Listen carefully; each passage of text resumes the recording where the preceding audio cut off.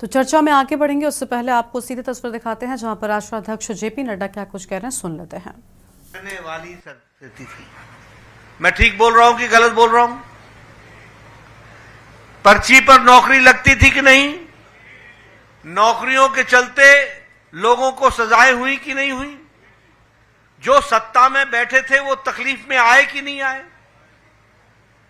उसी तरीके से अगर आप देखिए तो हरियाणा जमीनों के घोटाले के लिए जाना जाता था। तो अगर हम उन पार्टियों की चर्चा करें तो उनका मैनिफेस्टो, रियल मैनिफेस्टो तो ये था, जमीन का घोटाला, औने पौने दाम में जमीन को लेना और उससे मुनाफा कमाना, किसानों की जमीन को हड़पना और उसके लैंड यूज को बदलना। ये सारी, आप बताइए 10 साल पहले भ्रष्टाचार की छवि थी कि नहीं सरकारों की? हरियाणा की हर सरकार भ्रष्टाचारी कहलाती थी कि नहीं कहलाती थी? इसलिए आज जब हम संकल्प पत्र की बात करते हैं, जिसका मैं अभी विस्तृत विवरण रखूंगा ताकि आपके ध्यान में आए कि हमारे लिए मैनिफेस्टो या संकल्प पत्र यह कितना महत्वपूर्ण है। और इसीलिए मैं ये कहूंगा कि सबसे पहले तो जो हम लोगों ने कहा है नॉन स्टॉप हरियाणा। अब हम तो जो बैठे हैं मंच पर भी और नीचे भी हमारे साथी, हम तो हरियाणा की सेवा नॉन स्टॉप कर रहे हैं, लेकिन इसको नॉन स्टॉप रखने में बहुत बड़ी जिम्मेवारी आपको निभानी है और आपको संकल्प को पूरा करना है। मैं तो आपके सामने रिपोर्ट कार्ड रख दूंगा, मैं आपके सामने जानकारियों के साथ विषयों को रखना चाहूंगा। अभी अभी मैं इसलिए कहता हूं क्योंकि how do you assess the seriousness of the संकल्प पत्र? यह सीरियस डॉक्यूमेंट कैसे बनता है?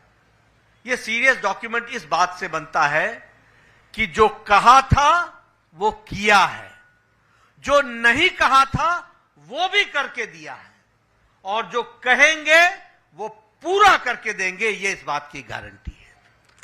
और इसीलिए मैं इस रिपोर्ट कार्ड की बात करता हूं और आपको साफ दिखलेगा कि हरियाणा बदला है और फर्क साफ है, क्लैरिटी के साथ है।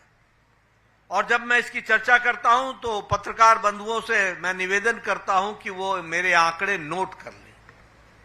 हरियाणा का 2014 में पर कैपिटा इनकम 1,37,000 थी। आज हरियाणा की पर कैपिटा इनकम 3 लाख रुपए है। इसका मतलब दुगना हो गया पर कैपिटा इनकम। अगर मैं बात करूं एक्सपोर्ट की तो हरियाणा का एक्सपोर्ट 68,000 करोड़ रुपए था और आज हरियाणा का एक्सपोर्ट 2.50 लाख है। यानी हरियाणा का एक्सपोर्ट 3 टाइम यानी 3 गुना बढ़ गया। यह भी हमको ध्यान में रखना है। मैं स्वास्थ्य मंत्री भी हूं, आजकल मेरे पास जिम्मेवारी है। मैं आपको बताना चाहता हूं, मनोहर लाल जी जानते हैं, इन्होंने संकल्प ले रखा था हर जिले में मेडिकल कॉलेज खोलेंगे, हर जिले में मेडिकल कॉलेज खोलेंगे। 7 मेडिकल कॉलेज होते थे, आज 15 मेडिकल कॉलेज हैं और यह भी दुगना हो गया है, दुगने से ज्यादा हो गया। यह भी आपको ध्यान में रखना है।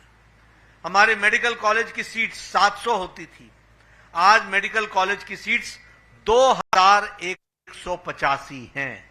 और जब मैं 2,185 बोलता हूं तो यह भी आप ध्यान रखिए कि यह तिगुना हो गया, ट्रिपल हो गया। यह भी हमको ध्यान में रखना चाहिए। जो बिजली 24 घंटे गांव में आने की बात थी, 2014 में पत्रकार बंधु नोट कर ले, हरियाणा में 538 गांव में 24 घंटे बिजली थी और आज 68,000 गांव में बिजली 24 घंटे है। इस बात को भी 58,000 गांव में बिजली है। इस बात 5800 गांव में बिजली है। इसको भी हमको ध्यान में रखना चाहिए। उसी तरीके से क्रॉप कंपनसेशन, अब बहुत सी बातें, यहां किसान की चर्चा बहुत होती है और हमारे घड़ियाली आंसू बहाने वाले नेता कांग्रेस के कोई कम नहीं है, हींग लगे न फिटकरी, रंग चोखा करने में लगे रहते हैं। ऐसे ऐसे नेता हैं जो किसानों की बात करते हैं।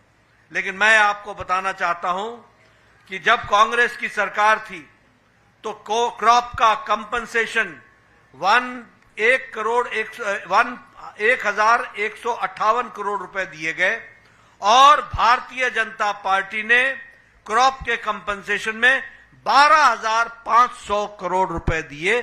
10